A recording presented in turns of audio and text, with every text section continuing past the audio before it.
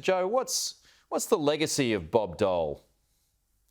Oh, he was a very decent fellow. In fact, he's the kind of person that Democrats and Republicans could vote for. I mean, he was always considered to be on point and courteous. He was the civility of the Senate in past days. So he's remembered, and I like to say this all the time, he's remembered on how he played the game. Most political careers end in failure. His didn't really, because he had a very high residual reputation when he left. So, it's hard to see a guy like that go because he's the last of his kind. Yeah.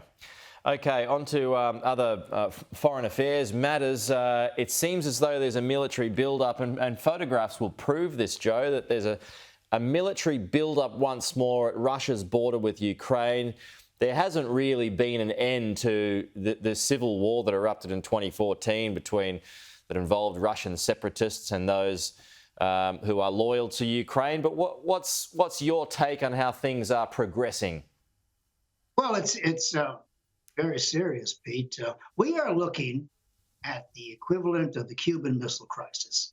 We have 100 Russian battalions on the border of Ukraine ready to attack, and the Ukrainians are ready to attack them. But the real issue here is whether NATO or the United States come to the aid of Ukraine, and whatever happens there. And let me tell you, America only has 3 brigades in Europe, so it would escalate very quickly. And no serious person thinks a NATO country is actually going to go to NATO's, go to Ukraine's assistance. So this is a real difficult problem. And the United States is threatening more sanctions. What they're talking about is going after Putin's money and his friends' money.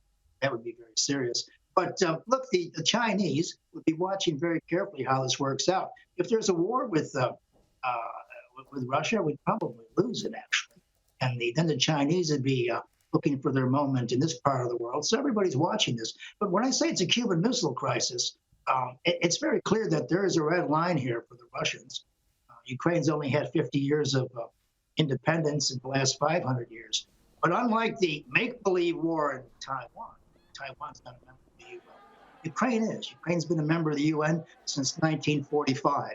So if something happens there and the Russians are successful in turning over that government or incursion again, then NATO's at risk of falling apart, and the United Nations will have failed again, as a matter of fact. So, and of course, I worry about any nation that has 6,000 strategic nuclear weapons. I mean, Putin can go to the shelf if some hawks in the United States want to up the ante and something like that. So anytime you're dealing with a nuclear weapon state, the risk is always 100 times greater than anything else. But what happens in Ukraine will matter greatly. What happens in this part of the world, and even the Australian alliance would be looked at a second time if the United States can't do anything about it. So this is Biden's effort on this phone call coming up on Tuesday to try to talk Putin down. But Putin has made it very clear he ain't backing down, because this is his neck of the woods. He wants the neutralization of this neck of the woods. And frankly, Putin is not a man to be trifled with. And we don't know how far he would go. No, we do know that. Not a man to be trifled with. Good point. Joe Siracusa, thank you.